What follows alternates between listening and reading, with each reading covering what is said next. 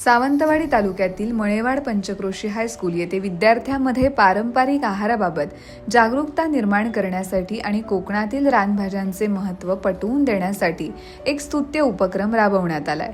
या उपक्रमात विद्यार्थ्यांनी पावसाळ्यात कोकणात नैसर्गिकरित्या उगवणाऱ्या विविध रानभाज्या घरातून बनवून आणल्यात। तसेच या रानभाज्यांचं पोषण मूल्य, आरोग्यदायी गुणधर्म आणि त्यांचे महत्त्व याबाबत सविस्तर माहितीही सादर करण्यात आली। विद्यार्थ्यांनी टाकळ्याची भाजी, शेवग्याच्या पानांची भाजी, आडाळ्याची भाजी, सुरणाच्या पानांची भाजी तसेच पारंपरिक भाकरी अशा विविध खाद्यपदार्थांचे आकर्षक सादरीकरण केले। प्रत्येक पदार्थांची सुंदर सजावट करत त्यामागील पौष्टिक मूल्य, औषधी गुणधर्म आणि आरोग्यास होणारे फायदे उपस्थितांना समजावून सांगितले। या उपक्रमामुळे विद्यार्थ्यांना आपल्या परिसरात सहज उपलब्ध होणाऱ्या रानभाज्यांचं महत्त्व, त्यांचं पोषण मूल्य आणि पारंपरिक आहाराचे आरोग्यदायी फायदे समजले। आधुनिक जीवनशैलीत हरवत चाललेल्या कोकणातील खाद्य परंपरेची ओळख नव्या पिढीपर्यंत पोहोचण्याचा हा प्रयत्न कौतुकास्पद ठरला।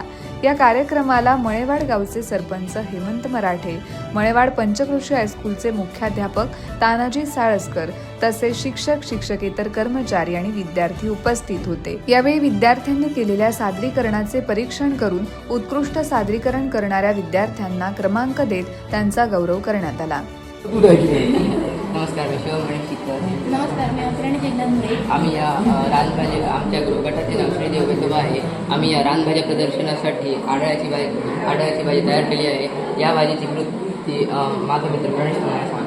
सर्वप्रथम मी रानातून भाजी काढून आणली व नंतर स्वच्छ धुतली, नंतर वाळगत ठेवली, भाजी वाळगत ठेवली। वाळून झाल्यावरती त्याला बारीक चिरलं व त्याला मातीचे भांडे आधी गरम केलं, चुलीवरती ठेवलं, नंतर ती भाजी कापलेली त्याच्यामध्ये टाकली व त्याला मिक्स केलं व त्याच्यामध्ये एक पेला पाणी टाकलं व त्याला वाफेवर शिजवली व जरा वेळ झाला की उकडलेली तूर डाळ होती ती त्याच्यामध्ये टाकली व नंतर थोडा वेळ झाला की एक उकळी घेऊन त्याच्यामध्ये खोबरं टाकलं व मिक्स केली आणि या भाजीचे गुणधर्म असे आहेत की आपली हाडे मजबूत होतात, आपल्याला कुठलाही आजार होत नाही, सर्दी व खोकला या आजारांमुळे मुक्त